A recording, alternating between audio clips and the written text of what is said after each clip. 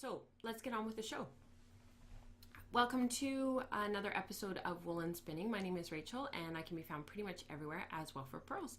This is episode 78, and as you can see, we're back to our live streaming. It is the second show of the month, which is really exciting, and I want to thank everybody for being here and everybody who has made an effort to join in with the live stream. I really appreciate you guys being here and being in the chat channel and everything, so thank you so much.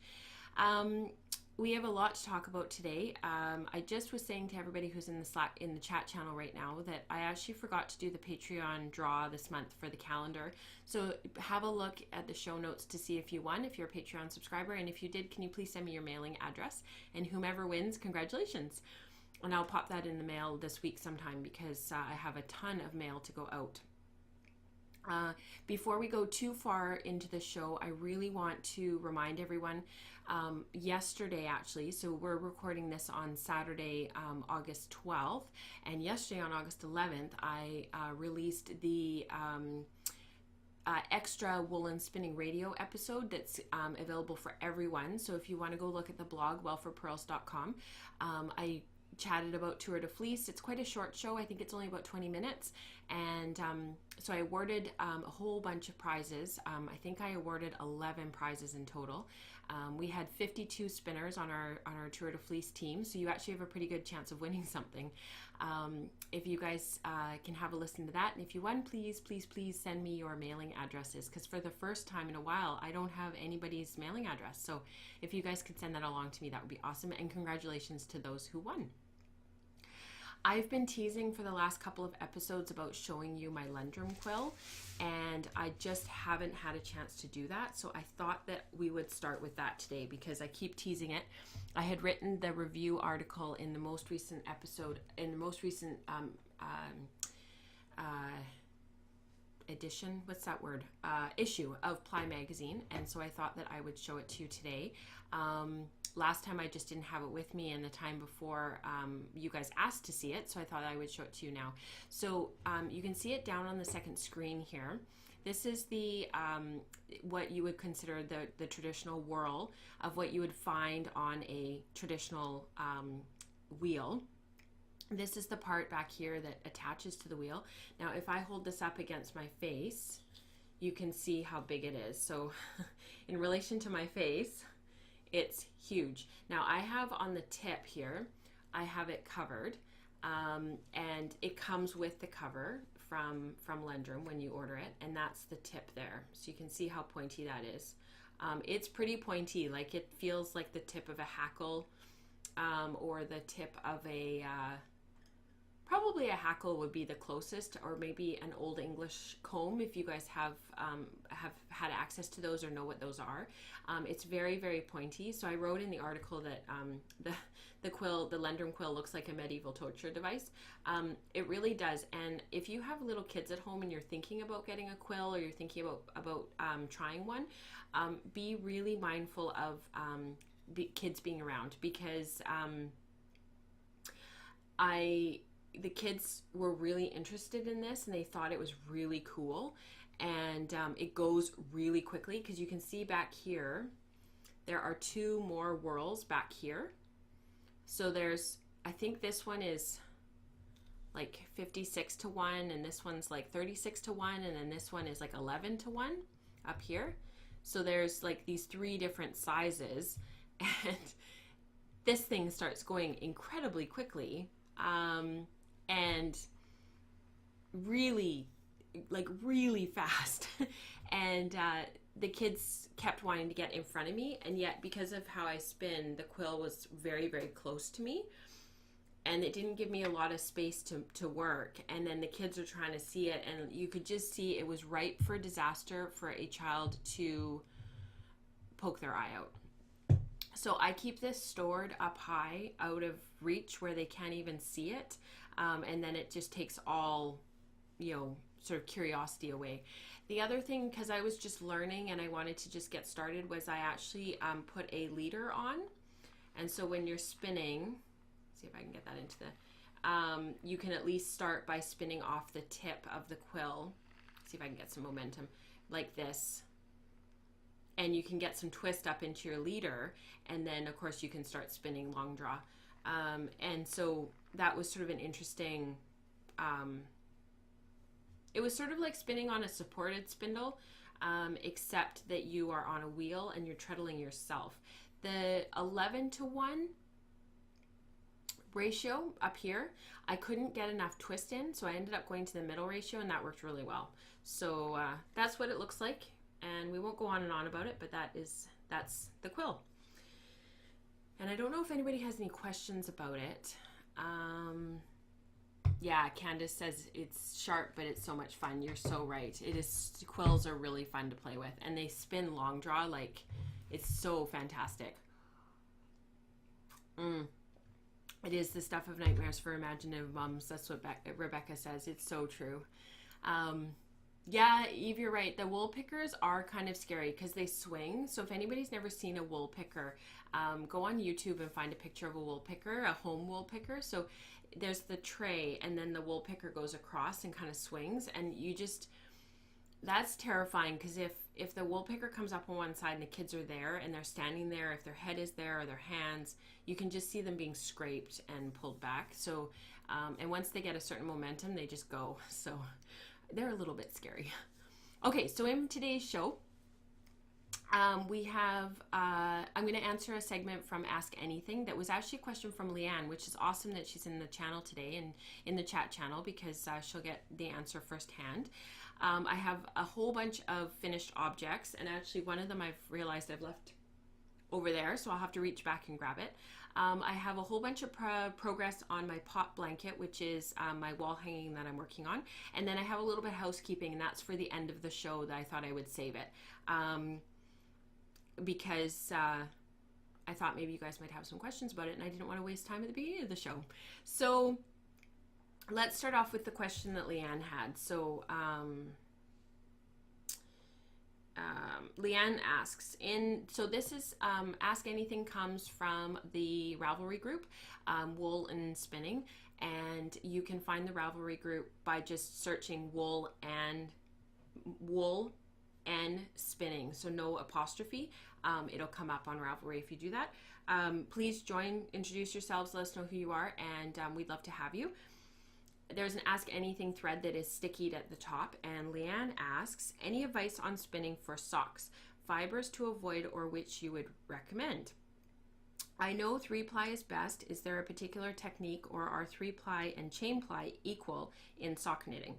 I love knitting socks, and I'd love to be able to spin yarn for socks. Awesome, Leanne. Absolutely. All of us want to, and all of us love spinning for socks. I think spinning for socks is one of the main reasons why a lot of spinners come to spinning. I think a lot of spinners want to spin, or a lot of knitters, why a lot of knitters come to spinning, because they want to spin for socks, and they want to knit socks, and they are sock knitters. And I think for a lot of new spinners, spinning socks is kind of like the holy grail a little bit. It's sort of like this big leap from, you've been spinning this bumpy, chunky yarn, and you're still a new spinner, and now you're still maybe knitting your socks. I know not all knitters are sock knitters, but there are a lot of sock knitters out there. So you've been spinning this lumpy, bumpy yarn, and now you want to start making that transition into spinning for socks. And it's sort of like the holy grail of spinning, I think, for a lot of people. And it's a more realistic transition for many beginning spinners to transition to spinning sock yarn than it is just transition to spinning lace yarn. So when I was first learning to spin about 10 years ago, that was what everybody wanted to do. They wanted to do lace yarn. And I think we've really moved away from that. I think a lot of knitters now are like, I really want to do a beautiful fingering. And there's no reason why that can't become kind of your default yarn if that's really what you want to spin. Katrina and I were actually talking about that the other evening. We went for coffee, and we were actually talking about that. Like, a 3-ply fingering weight sock yarn high twist has actually become Katrina's default, because she spins it so much and she loves it, and she knits a lot of socks. So what I wanted to talk about, and I'm not going to go on and on and on, I'm going to try to watch the time a little bit, because these shows do tend to get quite long, which is fine. I know we all enjoy sitting and learning together and chatting together, but it does get a bit long. So what I wanted to start with was your first question, which was, I know 3-ply is best, you said. So there's a lot of misinformation out there, and there's a couple of spinning for socks groups on Ravelry. So if you're interested in really getting into the nitty gritty around hand spun socks, you should definitely go and check out some of those groups. There's a lot of old folklore, quote unquote, around spinning for socks, and there's these like real like dogmatic, you have to spin a 3-ply, 4-ply is even better. You know, nothing else will wear if you don't spin 3-ply or more. You know, you can spin any, like, and then there's kind of the other end of the spectrum where it's like, spin whatever, spin singles for socks, make sure it's a coarser wool, and then it'll be fine. They'll kind of felt. And it sort of depends on what your end goal is. What are you going for, and what kind of yarn do you want to make? What kind of socks do you want to make? Do you wear your socks and hiking boots day in and day out like I do? Because I wear Blundstones day in and day out because I've got problems with my feet. So they're the best shoes for me right now at this stage of our life. My socks need to be able to be worn and abraded along the bottom of my boots because I take the insoles in my boots out. So I'm literally walking on screws because of how my orthotics fit in my boots. And when my podiatrist looked at it, he was like, actually, that is really great for you. Like, that works really well for your foot, and your foot's in a really good position in that. Other people are wearing running shoes, and they're, you know, they've got the, you know, really good foam base, and they're really soft and they're cushiony, and you're just not going to get the abrasion in a shoe like that you would get in more of like a work boot. Some people wear their socks only indoors and they're only walking on carpet. Well, that's like a whole other, because the carpet will abrade the surface of the sock, but it won't really break the sock down. Some people are walking on old hardwood and there's nails in the hardwood, and that catches the sock and it's going to rip it apart. So think about what you're wearing it for. Maybe spinning, you know, a merino nylon high twist 3-ply sock yarn is more than enough for what you need. For me, that's not enough. I need something a little bit more. So I thought I would show you some examples, and I thought we would start with commercial yarn. So these 2 pairs of socks are my most worn, and you can tell that they're worn because they have dog hair in them and they have both been washed. They've both got some wear spots that are where the fiber has been, where the yarn has sort of felted a little bit and it's sort of lifting up. This isn't actually available anymore. At least it's not available at this point by anybody that I know of. This is Sweet Georgia in the, is this the tapestry colorway? I'm pretty sure. And this was on BFL sock, which actually they're not doing anymore. And I have 4 skeins of this left that I've been kind of hoarding because nobody does a BFL base that locally anymore. These socks have worn beautifully. These are probably my most worn, if not my second most worn socks. And they're a couple of years old. The color hasn't faded. They're a little bit fuzzy. And these ones are Regia. And this is just Regia's like typical base. Now you can see there's a whole bunch of pilling at the back that doesn't come out in the wash. Some of that's just felted on dog hair, which I know sounds terrible, but we live with 2 long-haired dogs and there's nothing we can do about it. The bottom of both socks is permanently sort of dirty now. I can't get that sort of dirt out.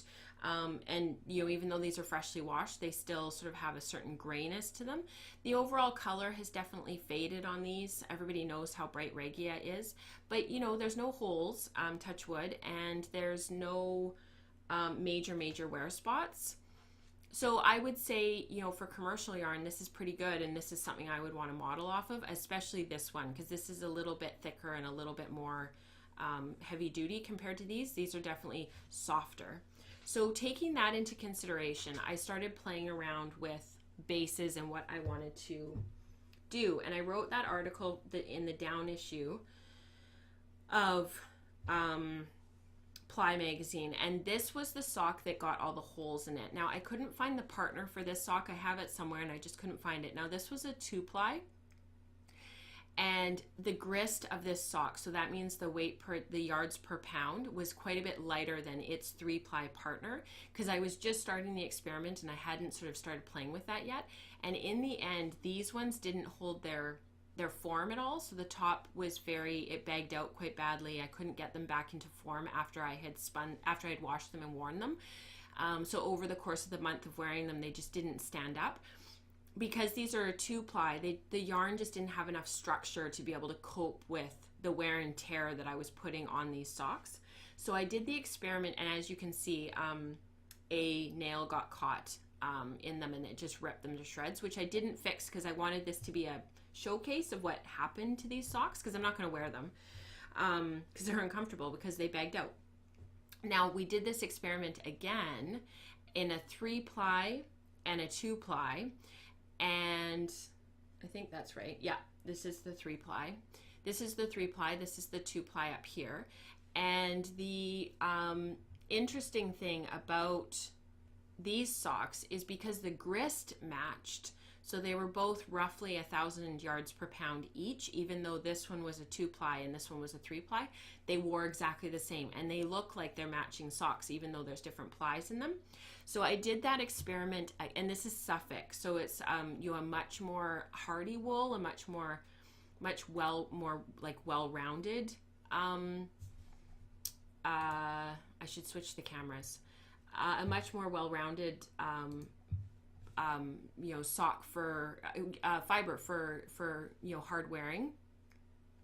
And this, so I did the experiment again, and these were 2 and 3-ply, but I haven't worn them yet. But you can see how I matched the grist again, and that came out. These came out as the same grist, and they look like the same sock, even though one is a 2-ply and one is a 3-ply. And actually, I can't remember which is which. I think this is the 2-ply and this is the 3-ply. How these will wear will be really interesting because they were incredibly high twist, and it was mostly looking at, could I redo the experiment again and have the same results, which I did over here. But of course, I finished these in the spring, and I haven't been able to wear them yet. So I really like 2-ply for socks as long as it has lots and lots of twist in it. These BFL socks have been worn and worn and worn and worn.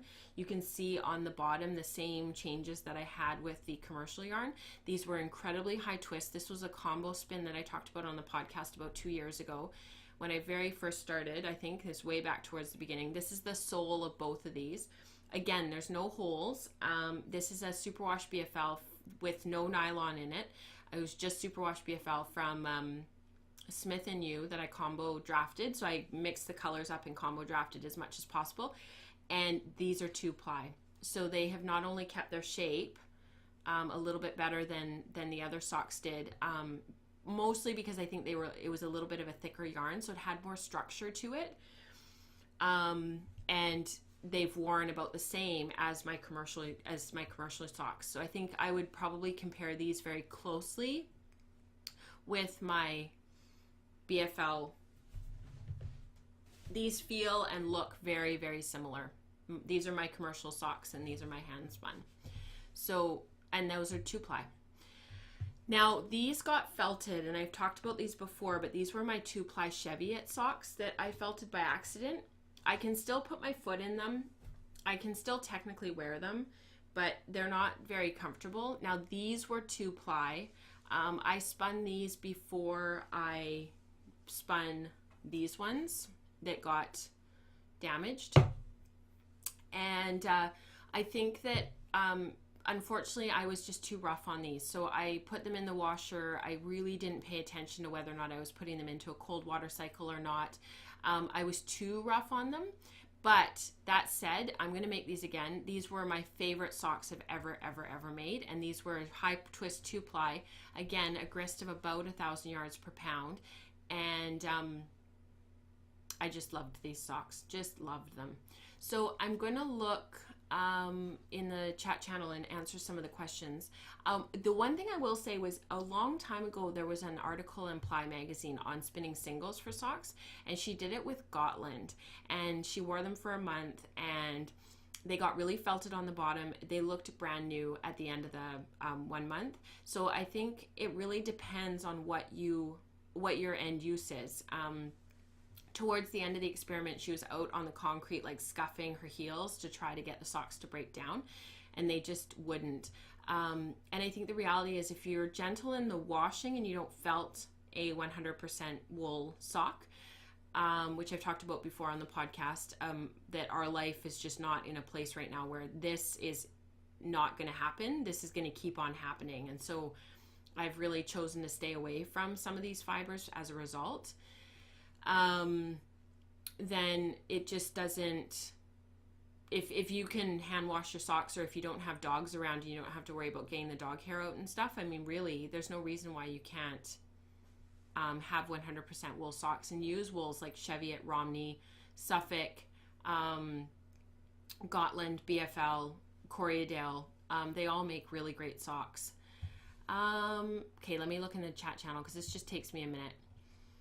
How fine do sock singles have to be? It really depends on what you want your finished yarn to be. So if you want your finished, if you're doing a 2-ply, then your singles need to be double what your plied yarn is. And if you're doing a 3-ply, it needs to be 1.5 times what your plied yarn is. So to walk you through that math, basically, if you want your finished singles to be 20 wraps per inch, you need to spin your 2-ply at, I don't want to screw this up. I've screwed this up before on the podcast, and I'm going to do it again. So you need to spin it at 30 wraps per inch, or is that for a 3-ply? I'm not going to look it up right now. I'll put it into the show notes. I'll put the link in. So basically you need to decide what you want your finished yarn to be and then work backwards. So if you want your 3, I know for 3-ply you need to spin 30 wraps per inch. If you want, maybe that's for a 2. No, I'm not even going to go there because I'm going to screw it up. You need to finish up. You need to figure out what you want your finished yarn to be, and then you need to work backwards. And then you need to find a pattern. So I really like the Fish Lips Kiss Heel because you trace your foot and you do a whole bunch of measurements. The pattern is written really poorly. Just ignore that. Just work your way through. Trust the process. All of these socks that I have just shown are Fish Lips Kiss Heel. They all fit me. They are all wearing really beautifully because they fit me properly. The other pattern that I would recommend is the book by Kate Atherley. And I can't remember what it's called, but it's her sock book and it's excellent. Let me see. How fine?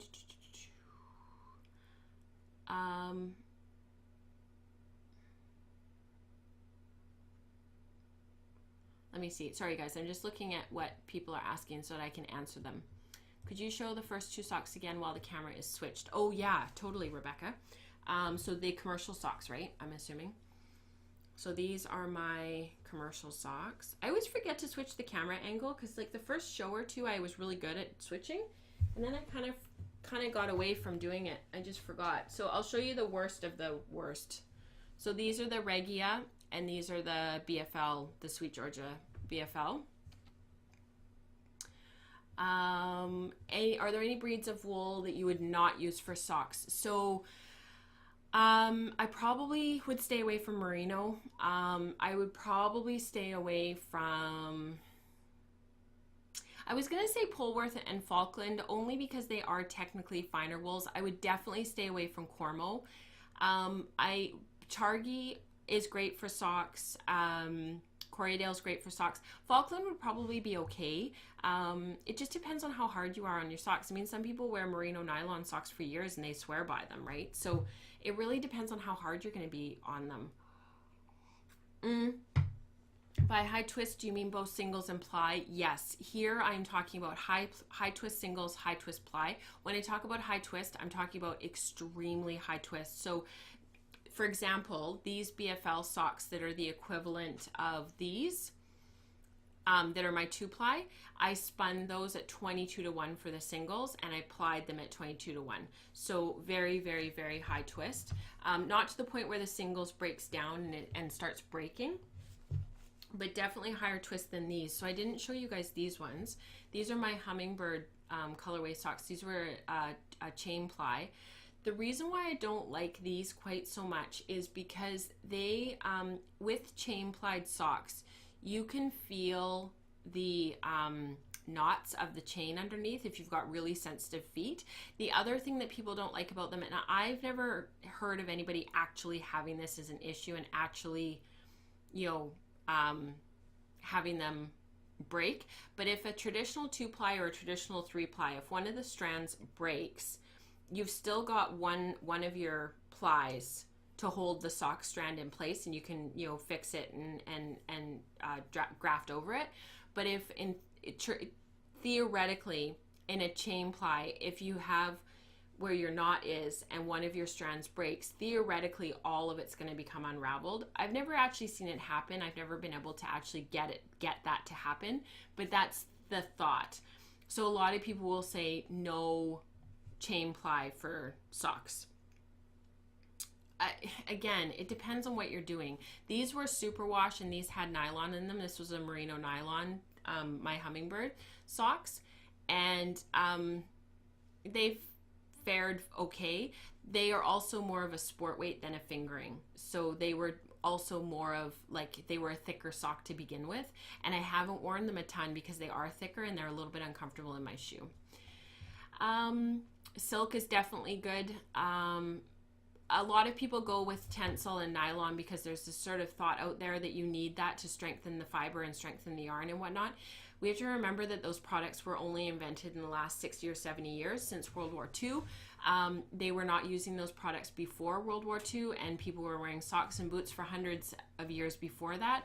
So take that with a grain of salt. There's also a big push right now to knit socks without nylon and tencel in them, particularly nylon. I think it's, I can't remember her name, but somebody out there is doing like a sock spin along, knit along, who's been encouraged, like, you're not allowed to use nylon. But yeah, silk is good. Again, just if you can't get away from the machine washing, then you might want to think about what you're putting in as content into your sock. With high twist, will it not affect the bias of the knitting? To be honest with you, I have never had a problem. It's my sock yarn usually twists on itself in the skein. I've shown it before in the podcast how high twist my socks are. So if you go back to some of the old episodes, you'll see that sock yarn, like in the skein, it actually physically twists on itself, and there's all these curlicues everywhere, and it never balances when I wash it. I've never had a problem with the knitting to get my socks to balance, and they're not biased. I mean, look at how straight the cuffs are. Like, this is all very straight, and like the cuffs are straight. To be honest with you, if it does bias in a sock, it doesn't really matter because you're pulling it onto your foot. So your foot kind of will force it to straighten out. But I've never had a problem, and I'd be really interested to talk to somebody who has, and to hear the feedback from them, what they feel, if they even would notice a difference. So you notice that your sock is biased in the knitting. Does it affect the comfort of the wearing? It's not like a knitted swatch where it's going to like shift, or a sweater where it's actually going to be shifted. In a sock, you're knitting in a tube, so the tube maybe is slightly shifted, but then you pull it on your foot and it straightens it out. So I'd be really interested to talk more about that in another episode. And yeah, Rebecca's right. If you're spinning at such a high twist, it should balance out when you ply it, because you're matching that twist. You're actually putting 2/3 of the ply twist in that you put into the singles. So you're actually over twisting it again when you ply it. And so when you wash it, yeah, it should very closely balance out. And yes, it feels more like rope than it does yarn. So my sock yarns are not, especially when they're not a finer wool. So my sock yarns that are my Cheviot, my Suffolk, they aren't particularly nice on my hands. I don't notice it on my feet. It really depends on your comfort level and your ability, like on what you like and don't like for softness. So I think we've probably exhausted that, and we should probably move on, just because we've been talking about it for a long time. So let's get on with my finished spins, because I have quite a few to show you, and I have some sampling that I wanted to share with you, and I also have my pop blanket. So let me grab a drink and we will carry on. Oh, and I have to get my other project.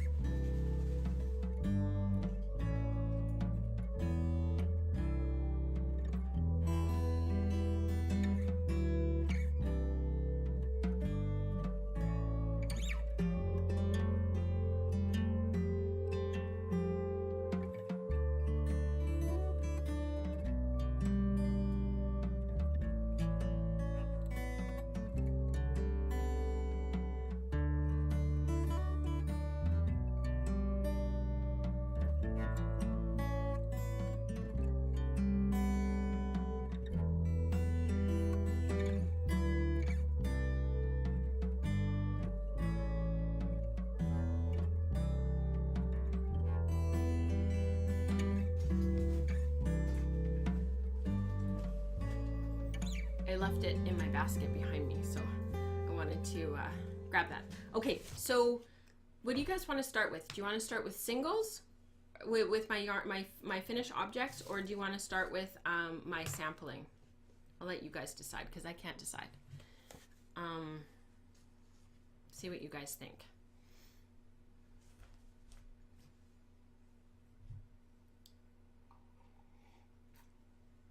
I'm losing my voice. I need to find the page that I need for this.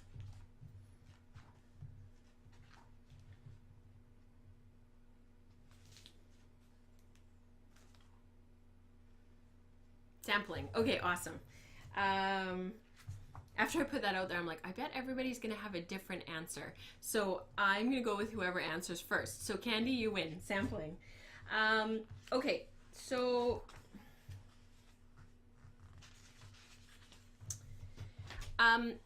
I had a fleece through Guild. This past year we did a mystery fiber, so my American Tunis came from that, and then I had this other fiber that I wanted to do because I think I only participated in 2 of them. So if you follow me on Instagram or if you've been in the Ravelry group over the last couple of days, you will have seen me talking about this a little bit. This is Black Welsh Mountain. This is part of the Welsh Hill and Mountain family. I'm not sure if all of these sheep are black faced. I'm not actually positive about that. But I do know that they come from, most of them come from Wales. Not all of them, but some of them. And not all of them are mountain breeds. So Black Welsh Mountain come from the southern mountains in Wales. And they're the only breed of Welsh Mountain sheep that are found in the United States or in North America. So we actually do have some of them here in British Columbia, which is where this fleece came from. It came from, I think, the Okanagan somewhere, which is just slightly northeast of us. It's about 3 hours from here to get into the heart of the Okanagan. So Black Welsh are recognized as a unique breed, though they are developed strictly through years of selection for the color. So all Black Welsh Mountain are black. So the fleece is so dark that it's called black. And this was my 2-ply. And then this was the rest of my 2-ply sample. And I know it's really hard to see because it is so dark. There's really nothing I can do in terms of like the lighting, because even if I shine a light on it, it's still black. See how dark that is? And that's with my like super bright flashlight on it. This thing is like super bright. And it's still black. It's just crazy how dark this thing is.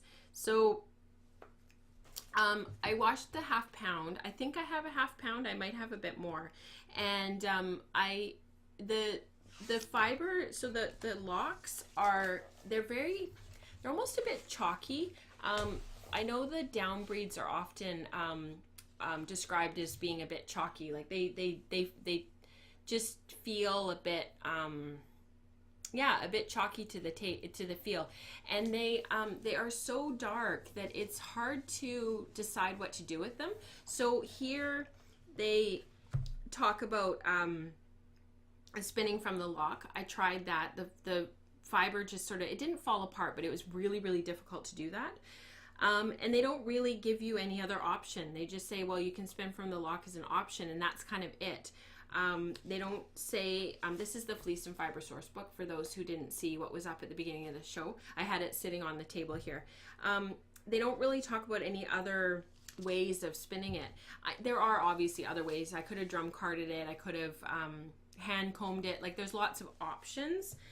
In the end, I decided to hackle it because there were a ton of second cuts on it. So I felt like every time I went to pull the locks apart to put it into the drum carder, I was pulling off like little bits that were really difficult. And this is a really low kemp fiber. So Black Welsh are not known for their kemp. They tend to be really low kemp. Some of the other mountain breeds are very high in kemp. So those are like the guard hairs in it.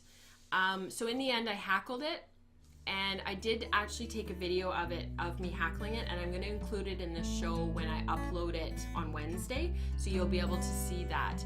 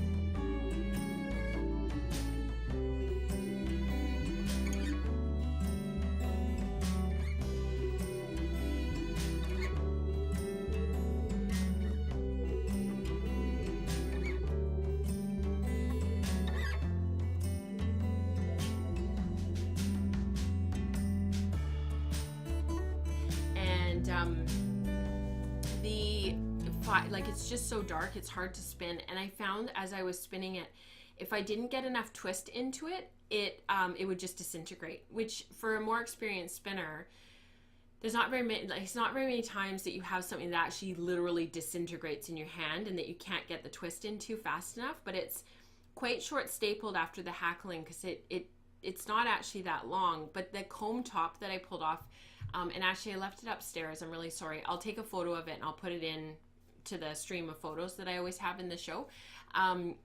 The comb top that came off is just beautiful, but as you can see, the finished yarn has quite a halo to it. Even though the comb top to spin was super smooth, when you went back to ply it, it has all this haloing, which is kind of interesting. So I think I'm gonna spin it the way I was spinning it this sample. So this was spun at 11.3 to 1. And I did a short backward draw, mostly just because it's my default, but I actually halfway through switched to a short forward, just to keep that draft really short and keep it quite fine, because this is roughly a sport weight and I haven't washed it yet. So it'll be interesting to see what happens when I wash it. When I was processing the fleece and when I was washing the fleece, I was going to take some photos and like share with you guys. The bath water was absolutely black. It was so dirty, and I was washing another fleece at the same time, and it's this one here, and this is from Sheep Daisy from my friend Margaret, and it was coming out black as well.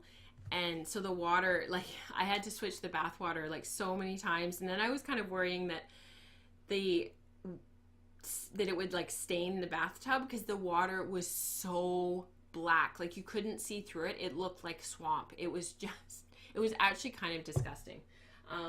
So I got all of it washed, and I'm gonna start spinning this over the next couple of weeks, and hopefully I'll have some nice yarn at the end. Although it's so dark, and it's definitely not next to the skin soft, that I don't know what I'm going to use for it. I'm thinking it might be an accent color in a shawl, so I might actually combine this with my tunis and do a hap or something, because I would have enough yardage to do a full-sized hap, which has been on my list forever. And we had talked about in 2017 doing a year of the haps along, and we never got it off the ground and never got it started. And now I'm kind of like, oh, maybe I could do this. Maybe I could use this for that, and we could start it in 2018. So if anybody's interested in knitting a hap with me, or spinning for and knitting a hap, I think it would take more than a year. But if you guys are interested in doing that with me, I would love to work through that with you and do that together. I know Becca was really interested in doing that. So if there's anybody else, I'd love to do that. Oh, Candace wants to do it too. Okay, we've got 3 people. We'll do it. I'll maybe even start it now for the fall, because I think it's going to be a project that's like a long-term ongoing project. I already know the hap that I want to do. It's the Hansel by Gudrun Johnston. I want to do the full Hansel though, so I need to make sure I have enough yarn to do that. I might have to choose something that's not the tunis for the contrasting color, so we'll see. I'll keep you guys posted. Oh, Leanne too. Awesome. Okay. Oh, it sounds like there's quite a few people who want to do that. Oh, that's awesome, you guys. Okay, good. All right, so these are all my finished spins from the last time that I talked to you. I have 3 finished spins, and I just need to get the camera in focus for you, because it's definitely off. So I have, from left to right, this is Spunky Eclectic Fiber Club from January of 2015, Frostbite, and this was 4 ounces of Targhee, so that's this one. This is Kinfolk Yarn and Fiber, so she's local to me, Kylan, and this is a Corriedale Cross in the colorway Mardi Gras, which you maybe will notice I've spun this before. I spun it as a 2-ply, and it's ended up looking like a completely, totally different yarn. And then this one is Edgewood Garden Studios in Gray Masham. So it was over a darker fleece, sort of an oatmeal fleece, and or fiber comb top. And Edgewood Garden Studios is just down in Washington from me. Wanted to see if I could show you the 2-ply of the Corriedale. Oh, where is it? Oh my gosh, you guys. Oh, there it is. I was looking right at it and I couldn't see it. So this is the this was my 2-ply. So quite different from the singles. So that's the same colorway, same base, both Corriedale. This is spun as singles, and this one is a traditional 2-ply. So very, very different, different effect. Yeah, and then Edgewood Garden Studios, they're just down in Washington, just slightly south of us. And I spun this one first. I was spinning this one at the same time as I was spinning this one, and I finished this one first, and then I finished this one, and then I spun this one over the course of a couple of nights. The interesting thing about this one was when it was in the comb top, the colors were quite dark, and the black that's in it was really, really dark, and there was sort of like splashes of it. It wasn't speckled dyed, but it was really, really like splashy. And the purple was only in a couple of spots, maybe even like 2 spots, and the black was only in 2 or 3 spots. And the interesting thing with the spun yarn, and I think partially because I left it as a singles, it's ended up sort of being dispersed through the entire skein. So even when you undo it, it's all the way through the entire thing. So you can really see, sorry about the color because the camera's going to blow out a little bit while it corrects itself. But you can see how it's just totally throughout. And when you looked at the comb top, it looked like that sort of soft blue was the like 99% of the comb top, and then you see the purple and the black throughout it, and it's totally just ended up being dispersed through. So I've been sampling this a little bit because this is going to be released on September 1st for the enhanced content, talking about the differences between this yarn and this yarn. And it's interesting because when you start to sample with it, and actually the samples are all wet, and I'm going to be photographing them later and looking at them for the PDF download. It's interesting how the colors in the sampling don't show up. So in the sampling, they really actually, all you see is the blue. There's a little bit of purple, but it looks like there's a ton of the black and gray. It's actually gray now that it's been combined with the drafting of the blue and the purple, and yet it's not in the sampling. Like, it's really interesting because the repeats of the blue are so long that I think you would have to knit like an entire shawl to be able to see all of the color through it, because when I do get to some of the color, like the purple or the gray, the repeats are super short. They don't run for very long, so you get like a couple of stitches and then you're back into the blue again, so which is really interesting. I fulled this really, really aggressively because I wanted to see what would happen, and it definitely has changed it a little bit. The colors are a little bit muted compared to what they were when it first came off the wheel, and it fuzzed up a little tiny bit.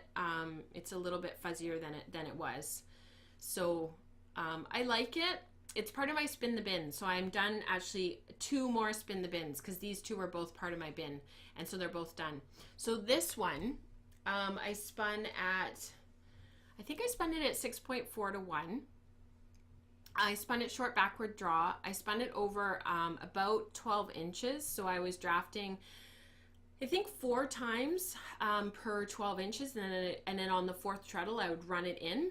And it turned into a really, really nice yarn. I think I fold it really, really well, but I think I could even have folded a little bit more. So when I talk about fulling, I'm talking about what I do now. I used to just use the sink in the kitchen, but now I actually use our bathtub, because if I fill our bathtub with about 3 inches of water and then I add some eucalyptus or some fiber wash from Unicorn, it just depends on how dirty the yarn is. Like for the Black Welsh Mountain, I'll use the fiber wash, but for this I just used eucalyptus. So I add that in, and then I put the skein. I actually hold the skein in the skeined form, and I put it down into the water. And I wear rubber gloves because the water's hot, hot, hot. And then once it's all submerged and once it's all wet, I actually take the plunger, and I have one that's just for my yarn that's clean, and I plunger along the yarn. And I do that twice. I go around the whole thing, and then I put it into a sink of cold water in the bathroom, and then I go back and do it again. I do that a couple of times. This I probably could have even done a bit more, but it turned out really nicely, and it's got a nice look to it. It's got some areas that are still a bit curly Q, but I don't think it affects the overall. That'll all knit out. And I just really like the heathering, those places where the multiple colors drafted all together. Oh, it's so pretty. Nora's already had her eye on this, so I'm going to try to figure out how I can work this into a yoke of a sweater for her. And I was thinking like you'd have it in the yoke, this yarn, and then you'd have it like in the cuff, and then at the bottom of the sweater, and then have sort of another yarn to offset that. Now this one of the three is my favorite. It was the most evenly spun. I spun it at 6.4 to 1 as well. I would say these two yarns are pretty much the same. And this one was quite a bit higher twist, which is what made these two a good comparison. And this one, there are places like here where it's a little bit underspun. Now, if you have a spindle, like let's say I was putting this into a show, like a juried show, and I needed to fix that little area and it was underspun, and I knew that I would get points taken off from the judge for having that underspun area, you could actually skein the yarn, put it into a center pull ball, and then pull it out, and when you get to that area you could fix it with a spindle and then keep on going, because with a spindle you can wind on to the shaft without adding or removing twist, and then when you come to those areas that you need to add or take away twist, you just loop it up into the spindle like you normally would, add the twist or remove it, and then keep winding on until you get to the next problem area. So that is a way to fix those areas of your yarns that are underspun or overspun. It's very finicky, but it actually is amazing if you do it in front of like, you know, a movie one evening. It's actually amazing how quickly it goes and how quickly you can get it done. So that's that yarn laid out for you to see. It's got a really nice halo. So yeah. I don't know if you guys know much about Masham or not. I was gonna look it up since I have my book here anyways for you. Masham 328.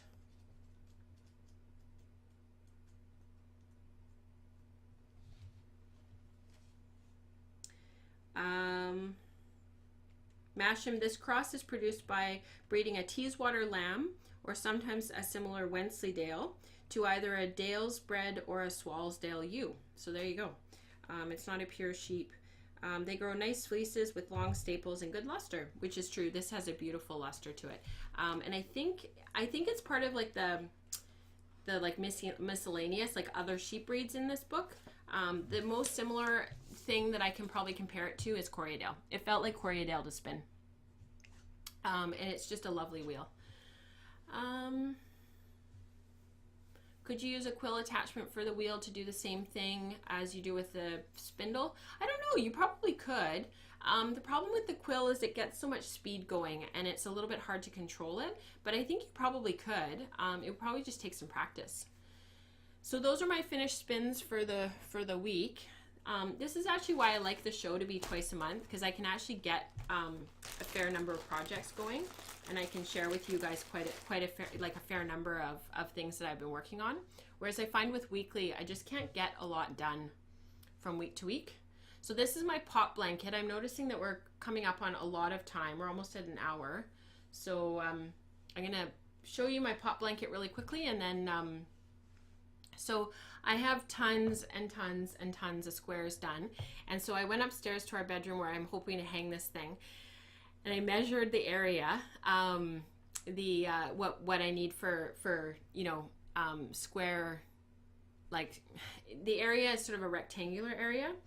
Anyways, I need 60 squares. So I have done about 18. I I've done about 18 squares, and I'm just showing them to you by putting them on top of the other ones so that you guys can kind of get an idea of what I've done. And I sewed a couple of them together using the technique that they talk about in the pattern so that I could get sort of an idea of how big the finished blanket will be. So this is 2 of the squares sewn together. And some of you will notice that this is, this was August Fiber Club when I was still doing Fiber Club, and this one was November Fiber Club. They turned out really well. And so these will be hanging this way. And then I sewed together these 3 to see how many I needed to do. And that's sort of what they look like when they're sewn together. So this is a crocheted stitch that you do across. And then when you've got all of your squares horizontally, then you sew horizontally across the strips. So these would be sitting like this. And then I'm going to sew across here all the way along. So I've done about 20 and I need 60 squares, which is just crazy. I thought I would need fewer squares, but no, I need 60. So, and I'm knitting these on 4mm needles, whereas the pattern calls for 5.5mm needles. So I am using much finer wool. Most of these are sport weight, these yarns, and I'm only using my carded fiber that I've got for like carded sample fiber. So I'm actually spinning up a red right now from some poonies that my friend Vicky sent me. And then I'll have some red to add in because I needed some fiber to go with this crazy orange. And it's really blowing out in the camera. It's not that crazy. Those of you who have that in your stash, you know, it's pretty neon, but it's not that bad. And I think that I'm going to have to add a little bit more purple because I don't have purple. So I'm kind of going for like a rainbow across the blanket. So we'll see. We'll see how it goes. But it's like I have to do another, what I just did, making the 20 squares, I have to do that 2 more times. So it's a little bit crazy. And actually I am a little bit worried about running out of yarn. And some of the yarn, like this one, which is my vanilla shawl, that's the yarn from my vanilla shawl, all that yarn that I carded up and then I knit into that massive navy blue shawl. There's already like 6 of those squares in the blanket, so I'm kind of, and I still have a ton of yarn left, so I'm like, do I keep going or do I switch up and make some new stuff to make new colors? The idea is to stash bust, so if I have a ton of the same color, I'm kind of like, well, maybe I should just leave it.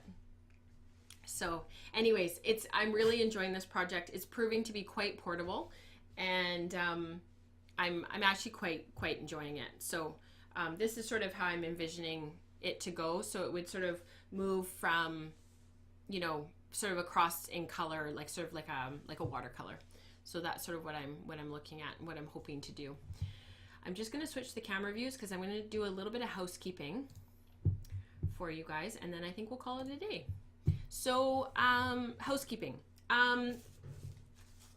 The first thing I wanted to mention was thank you guys for your compliments, saying that that you really like the blanket. Thank you. That means a lot. Okay, so this is the second show of August, and of course we're going into the fall. I've mentioned quite a few times about some changes coming in our family because of James starting kindergarten. Nora's going to be starting preschool. We've got just a busy fall ahead of us, adjusting to new the next stage of life, which I'm actually really excited about. I'm looking forward to. I've really found in July and August that recording twice a month and having a longer show again has given me an opportunity to really have a lot to share with you and a lot to talk about and a lot to lots of reflections and lots of things. And I'm not oh my goodness, Candace, they are getting so old. It's just crazy. And it's given me a lot of opportunity to really reflect on my spins and my projects rather than coming every week and sort of feeling like I have to bang out the show. And not having that chance to sort of reflect and think about what I'm making and what I'm doing. And I think for me, it creates a richer content for me to be able to share. And so in the fall, starting in September, the first week of September, we are going to keep this format going indefinitely. So I hope that that's okay. I know that the show was weekly for quite a long time, and then I decided to try it bi-monthly again in July and August, and I have to say it's just been working so well, and it's been really working in our family and with the rhythms in our home. And it's actually meant that I've been able to get onto the Slack channel more and into the Ravelry group more, because the time I would have spent recording, I get to connect with you guys personally, which means a lot to me. So the next show will come out the first week of September, and then the live stream will be 2 weeks from that, and then we'll do it again in October. We're still working towards every show being live streamed. My goal eventually is that the show would be live streamed at the same time twice a month, and then the show would actually go up and be posted on YouTube like within 24 hours. So the show would be like, it would sort of be like, stream in the morning. I would edit it that evening and then actually have it uploaded and live the next morning. So it would be sort of a quick. So we're sort of still working towards that, and that's, it would be really exciting to sort of have that going twice a month, and we're working towards that. And I wanted to say a special thank you to those who are watching today, because part of the reason why we're getting there is because you guys are Patreon subscribers and you help to fuel the show. The last thing that I wanted to mention was SpinZilla. So we don't have a team for woolen spinning for SpinZilla, because you have to be a member of TNNA, and to become a member of TNNA is actually quite complicated, and I just don't want to go there right now. I thought about it last year, and in the end it's quite a big headache to sort of get that all in order. So if people want to participate in SpinZilla, please find a team that you want to spin with. And I will be captaining for the second year in a row. I will be captaining Sweet Georgia, Team Sweet Georgia. So if anybody is interested in spinning with us, please think about registering. There are a lot of local people that spin for Team Sweet Georgia, and it's always nice to have more people joining in from all over the world. That's really fun. The registration for SpinZilla starts September 1st, and usually the teams that people really want to spin on are full within that first day. So spend some time thinking about it and thinking about where you might find a fit for yourselves. I will be running an informal SpinZilla team. It's not really going to be a team, but there will be a thread in our Ravelry group for people participating in SpinZilla who want to share and want to chat in woolen spinning, particularly for those who are going to spin as rogue spinners. So you can spin as a rogue spinner, which means that you can spin on your own. You pay your $15. It's gone up from $10 to $15 this year to participate, and you can spin rogue on your own and try to beat your own yardage, beat a goal that you've set for yourself, beat the other rogue spinners, and you can participate in the chat thread in our Ravelry group if you want to do that, and you can do that with us. So something to think about, and I just wanted to put the bug out there because I won't be chatting with you before September 1st. So September 1st is just around the corner. It's a couple weeks away, and if you would like to spin on a team, you just need to make sure you're registered. And if you want to do a rogue spinner, I will set up the thread in Ravelry in the next couple of days, and you can be a rogue spinner and chat in that thread and use each other as encouragement and motivation and inspiration, and get yourself through 7 days of monster spinning. It's killer. I don't know why I'm doing it again. So anyways, I hope that you guys will think about it, and even if you just want to join as a rogue spinner and chat along in our thread in our Ravelry group. I think that is it for today. I'm kind of looking in the chat channel and looking at people and what you're saying. So it sounds like people are thinking about SpinZilla and they've kind of been tempted by it. And so I hope that you guys are doing really well. Have a wonderful couple of weeks towards the end of the summer. We were actually supposed to be away this week, but because of the wildfires, we've been home. So doing some day trips and whatnot. And I hope you guys have been having a really good summer as well. Until next time, happy spinning. Bye everyone. Thank you to those who are in the chat channel, and I will talk to you soon.